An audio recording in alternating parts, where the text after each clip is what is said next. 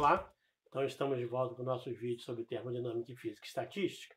E o que a gente vai ver nesse vídeo é a relação entre multiplicidade, que é essa quantidade que a gente tem calculado nos vídeos anteriores, ou seja, o número de microestados que corresponde a um macroestado, e uma grandeza física, que é a entropia. Em particular, vai ficar mais claro qual é o conceito de entropia, eu espero, mas ainda não vai ser todo resolvido nesse vídeo. A gente vai desenvolver esse conceito e pegar a compreensão dele à medida que a gente avança na disciplina. O vídeo de hoje, então, eu vou começar com uma aplicação de multiplicidade e energia para sistemas bem pequenos. Eu vou definir a seguir o que são sistemas pequenos. Vou comentar essa relação com a busca por equilíbrio, para aí sim fazer uma conexão com as grandezas termodinâmicas que a gente está mais acostumado. Para falar de sistemas pequenos, eu tenho que definir quão pequeno é esse sistema. Então, um sistema pequeno, para mim, por exemplo, é um sistema que tem 23 partículas. Tá? Isso é consenso que isso é um sistema pequeno. Um sistema grande, intuitivamente, a gente pode pensar no 10 elevado a isso, ou 10 a 23, perto do número de Avogadro. Tá? E um número muito grande é 10 elevado a 10 a 23. Também todo mundo concorda que esse número é muito grande. Quais os critérios que a gente usa para definir o que é pequeno, grande e muito grande? A gente vai usar o seguinte critério. Um número é grande quando ele, somado com um número pequeno, o resultado dá aproximadamente o grande. Ou seja, pequenos podem ser desprezados face a números grandes. E isso numa soma, para pequenos entre grandes. Né? Então, 10 a 23 mais 23 dá aproximadamente 10 a 23. E se alterar os dois últimos dígitos, que são irrelevantes para essa quantidade. Já esse número muito grande que eu introduzi aqui, então, quando você multiplica um número muito grande por um número grande, 10 elevado a 10 a 23 vezes 10 a 23, a regra aqui diz que a gente repete a base e soma os expoentes. Aí, somando, vai cair, nesse caso aqui, do grande com pequeno. Então, um número grande é pequeno comparado com um número muito grande. Então, esse número muito grande dá 10 elevado a 10 a 23, que é o original. Você pode pensar, mas esse número aqui de certa maneira, ele é exagerado. Pois, afinal, se a gente pegar o número de átomos no universo, isso é da ordem de 10 a 80, o número de fótons no universo é de 10 a 85. Esses números aqui são números que a gente pode chamar de números astronômicos, e esses números aqui são números estatísticos.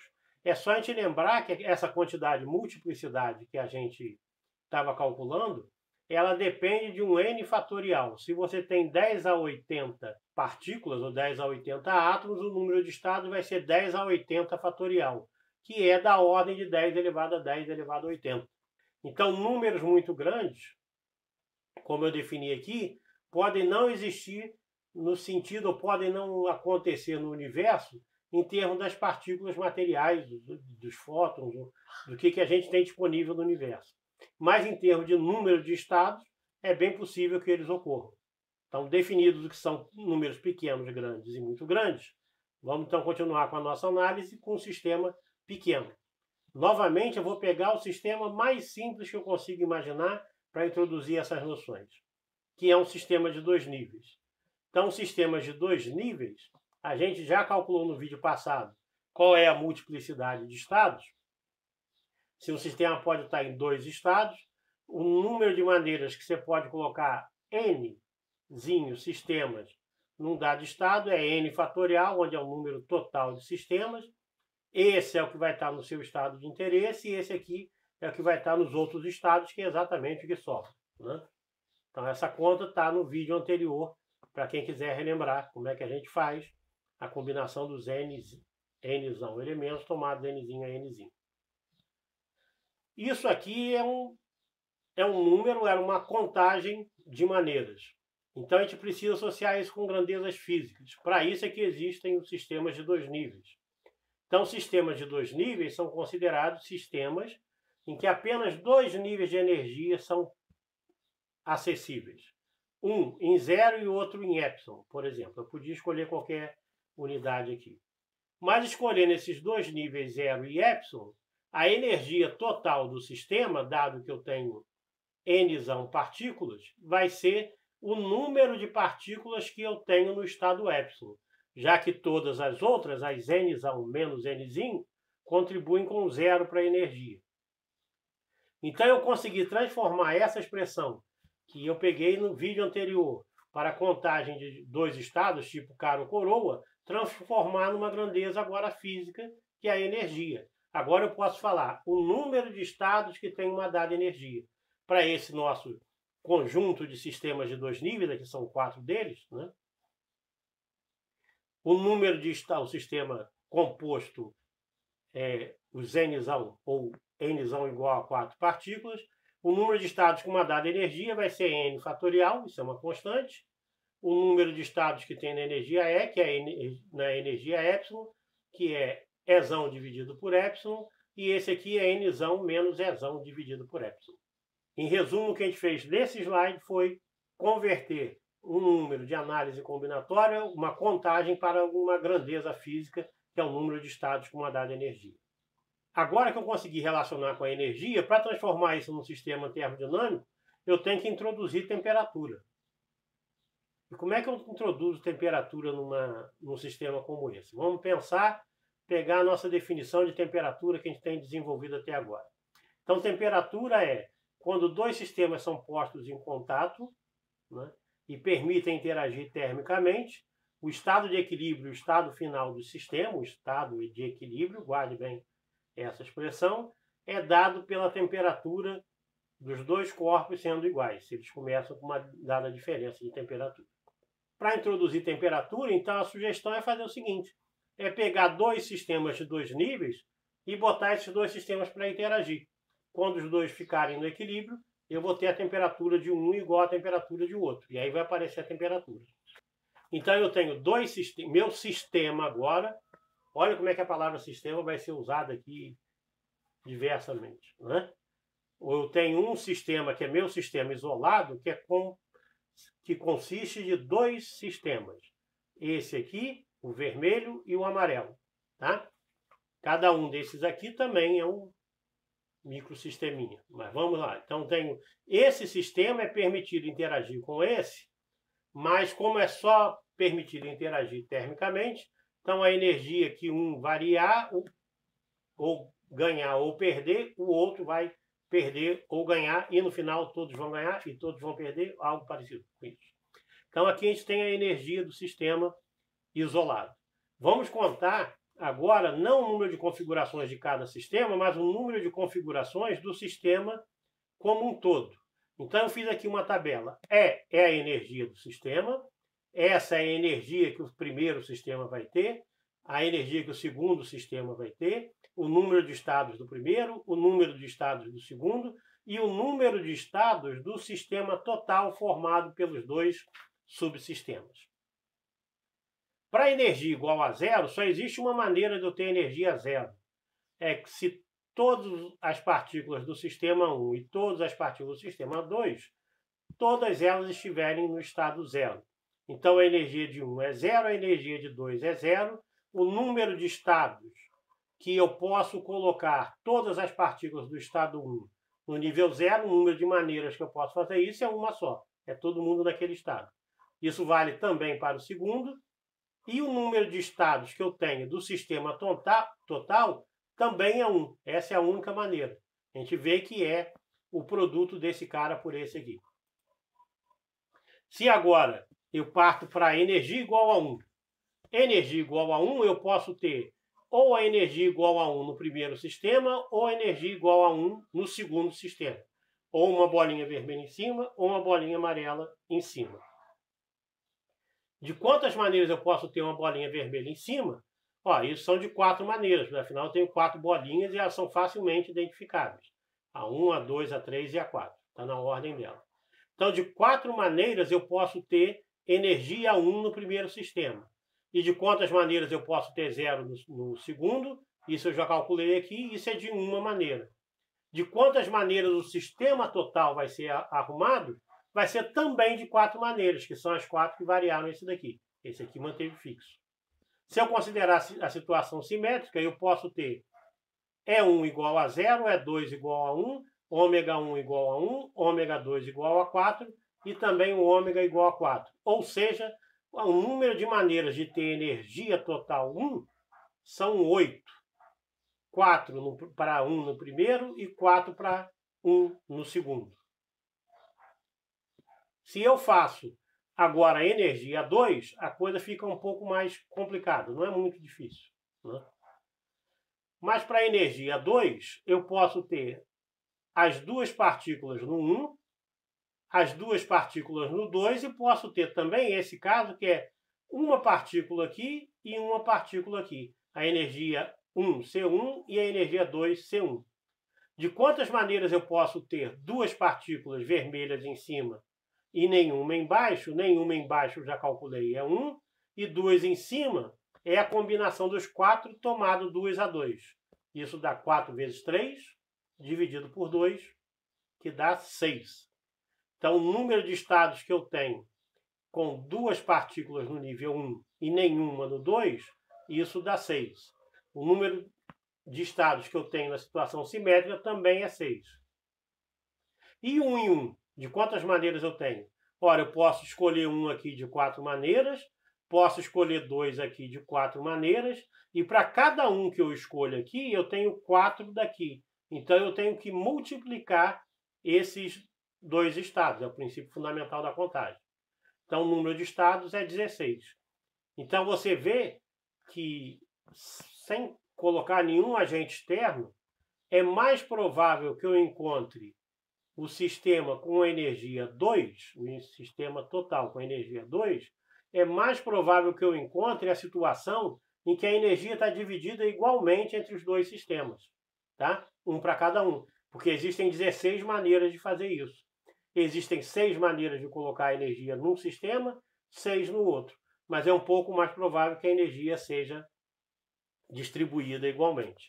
E isso para apenas 2 sisteminhas com 4 partículas em cada um, né?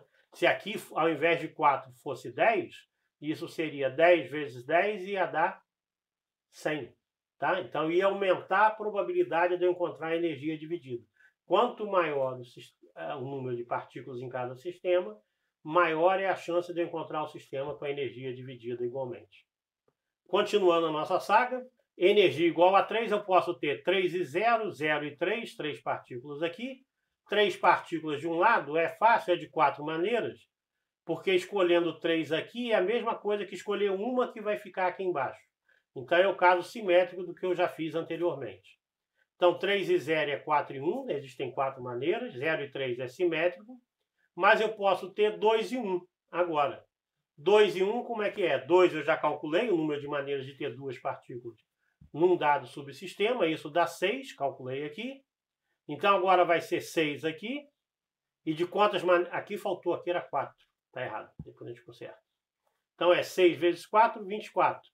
E aqui 3, 1, 2, 4, 6 é simétrico, também dá 24. Tá? Então aqui é mais provável eu ter duas partículas em um sistema e um no outro, do que ter as 3 num só. E qual deles que é mais provável? Eles são igualmente prováveis. Então, eu vou ter energia 2 aqui e 1 aqui, e depois vai trocar, né? 2 para lá e 1 para cá. Tranquilo. Eu não vou continuar isso daí explicitamente, mas eu já fiz para todas as energias possíveis. Você pode ter de 0 até todo mundo em cima, que é 8. O número de estados dá isso aqui. O ômega dá 1, 8, 28, isso a gente calculou, tá? O 3 também eu fiz, é 56, fazendo para 4. Daqui a pouco eu vou entrar em mais detalhes. Isso dá 70, a distribuição é simétrica. Então a gente observa aqui uma distribuição que parece aquela distribuição binomial também, com o máximo centrado na divisão equânime de energia, um para cada lado. Vou entrar em detalhes considerando um caso só especial, tá? Vamos considerar que a energia seja 4. Tá? A energia 4, então são, por exemplo, com a energia, eu posso ter a energia 1 variando de 0 a 4. Para a energia 1 igual a 0, só de uma maneira que eu posso organizar. É todo mundo aqui em 0 e todo mundo aqui em 1. Continuando, a energia 1 também é 4 maneiras de um lado, né? Aí esse cara subiu um nível, para esse subir um nível, porque a energia é mantida fixa, esse aqui tem que cair. Tá? Então, com a energia E1 igual a 1, o número de maneiras que eu tenho é 16. 4 da primeira, qual bolinha vermelha que eu subo, e 4 da segunda, qual bolinha amarela que eu desço. Então, o número de estados é 16. Continuando, se eu fizer 2, isso dá 36. Da mesma maneira, se eu fizer 3, é o simétrico, agora o amarelo é o equivalente ao vermelho e vice-versa. E se fizer 4, só de uma maneira que eu tenho a energia 4, que é todo mundo aqui em cima e ninguém aqui embaixo. Então você nota que essa distribuição também é simétrica e tem um máximo na divisão de energia. Então olha só o que eu observo. Você imagina que você tem dois sistemas. Aí, os dois sistemas juntos estão isolados do resto do universo. Eles podem trocar energia, mas não trocam energia com o lado de fora. E naturalmente a energia entre os dois se reparte igualmente. Tá?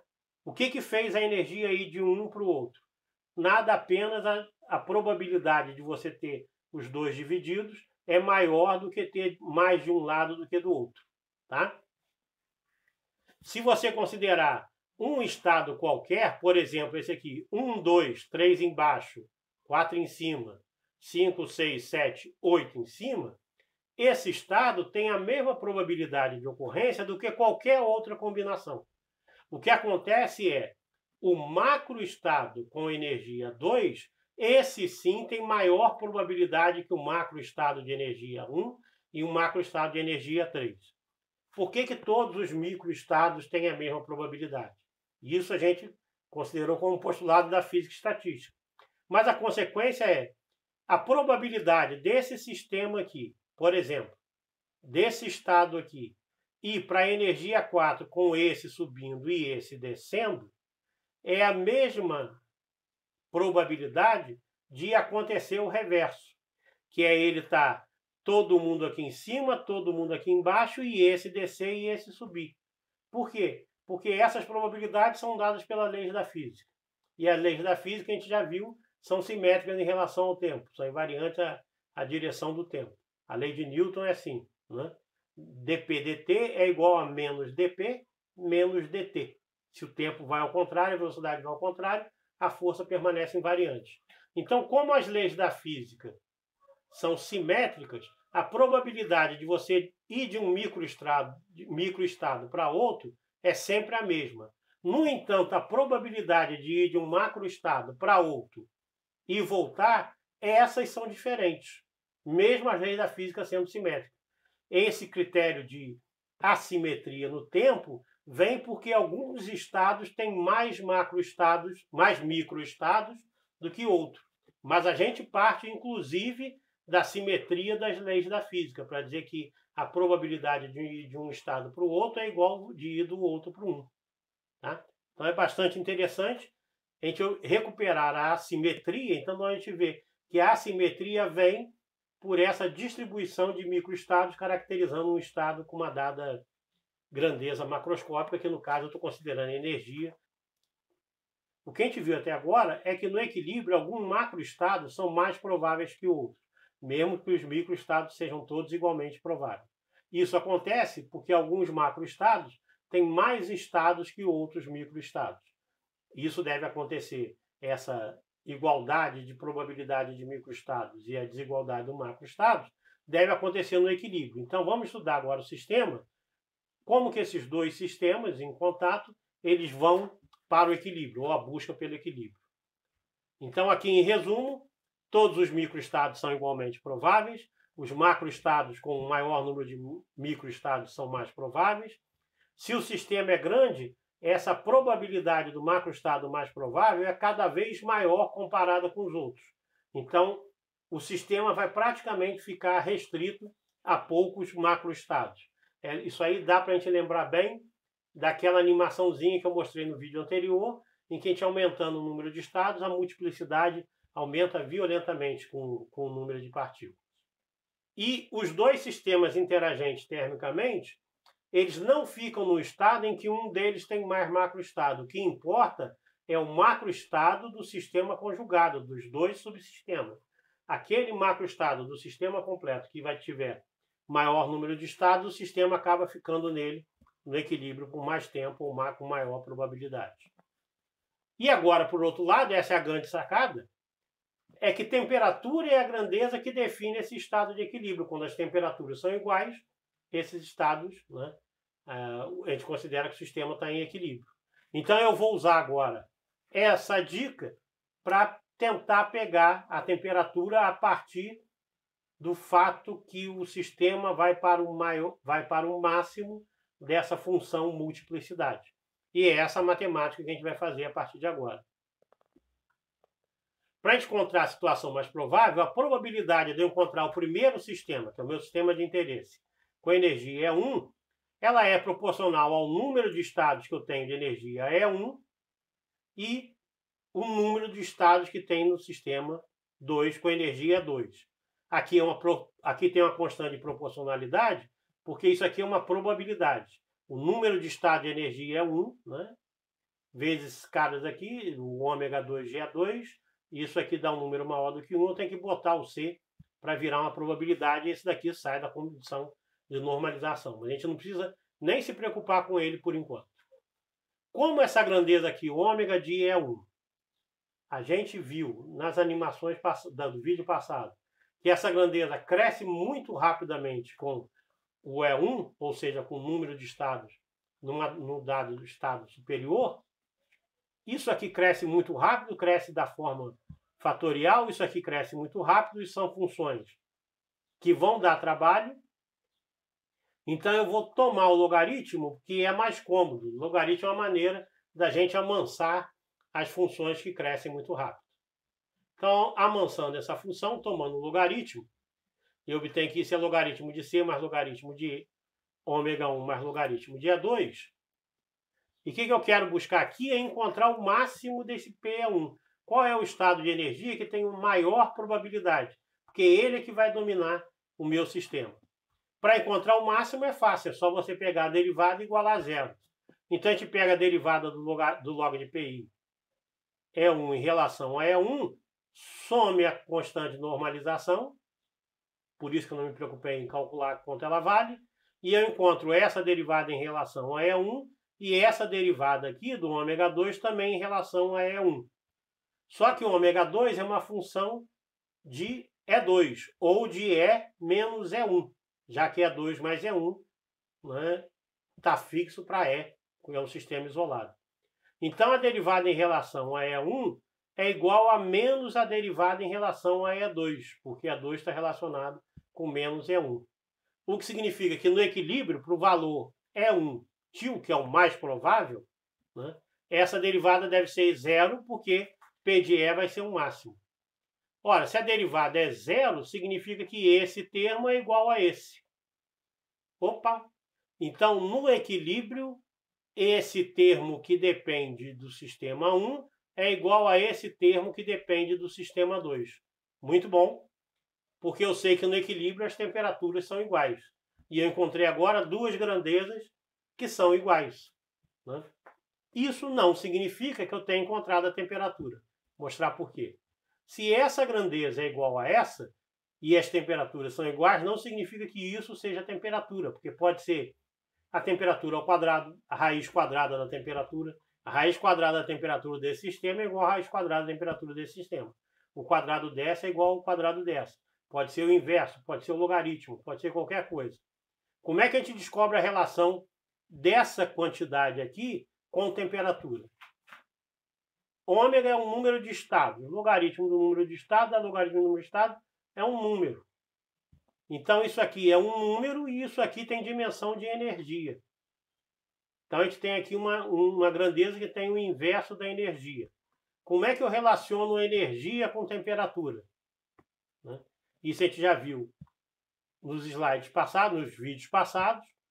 A energia depende, tipicamente da ordem de kBt, pode ser 3,5, o que for, né? Mas tem o Kb, que é a constante de Boltzmann, que converte temperatura em energia. Então, se eu quero transformar isso aqui em temperatura, basta eu dividir esse E por Kb. Dividir aqui significa multiplicar em cima. Então, K logaritmo de ômega em cima de E é igual ao K logaritmo de ômega 2 em relação a E2. Essas duas grandezas também não são a temperatura, mas isso aqui agora E dividido por K tem dimensão de 1 sobre T. Tá? Então, 1 sobre T é igual a essa derivada aqui. Vou dizer isso. Aonde eu, por compactar a notação, eu vou dizer que S é esse KB logaritmo de ômega de E. Isso aqui é um número, então S tem a mesma unidade do que KB. Qual a unidade de KB? É Joule dividido por Kelvin. Tá?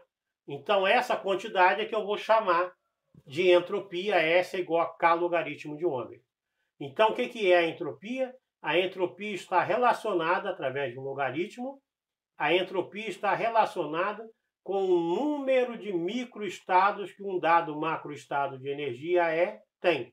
Então, a entropia está, por enquanto, com uma definição puramente microscópica, tá? Tem a ver com os níveis de energia. E a derivada dessa entropia em função da energia, quer dizer, aumentando a energia, o quanto que aumenta a entropia, isso é o inverso da temperatura. A gente vai ver nos vídeos seguintes, nas aplicações, isso aqui vai ficar mais claro. Mas já encontrei uma relação para aparecer temperatura no sistema a partir do logaritmo do ômega de E, que é o que eu queria chegar nesse vídeo. Para finalizar, essa expressão aqui é uma das fórmulas, uma das equações mais importantes em física, que é a entropia de Boltzmann, e, inclusive, é o que está na lápide de Boltzmann, no cemitério de Viena, na Áustria. O S igual a K logaritmo de W, aqui a gente usa o ômega. Boltzmann, que, de certa maneira, introduziu essas ideias probabilísticas na termodinâmica, mas que não aguentou a pressão, porque probabilidade não é algo que nós humanos aceitamos assim com tanta facilidade, não resistiu à pressão e acabou se suicidando na Itália, no Castelo de Duino, em Trieste, no norte da Itália. Então, essa expressão, colocando um túmulo de Boltzmann, eu espero que vocês não vão ter uma boa noite de sono. Lembre-se do espírito de Boltzmann e nunca mais esqueçam essa relação S igual a K logaritmo de ômega. Então, por enquanto, concentre-se que entropia tem a ver, então, com a diversidade ou com a multiplicidade de estados de um sistema. Tá? E que a derivada dela em relação à energia, isso dá o inverso da temperatura. Agora sim eu tenho temperatura e energia, então eu consigo caracterizar um sistema termodinâmico a partir da sua multiplicidade de estados. Por isso essa grandeza é de tanta importância. Nos próximos vídeos a gente vai ver algumas aplicações dessas relações que a gente encontrou e aí vamos construindo mais intuitivamente, vamos desenvolvendo melhor a ideia do que seja a entropia. Tá ok? Então vejo vocês no próximo vídeo. E até lá!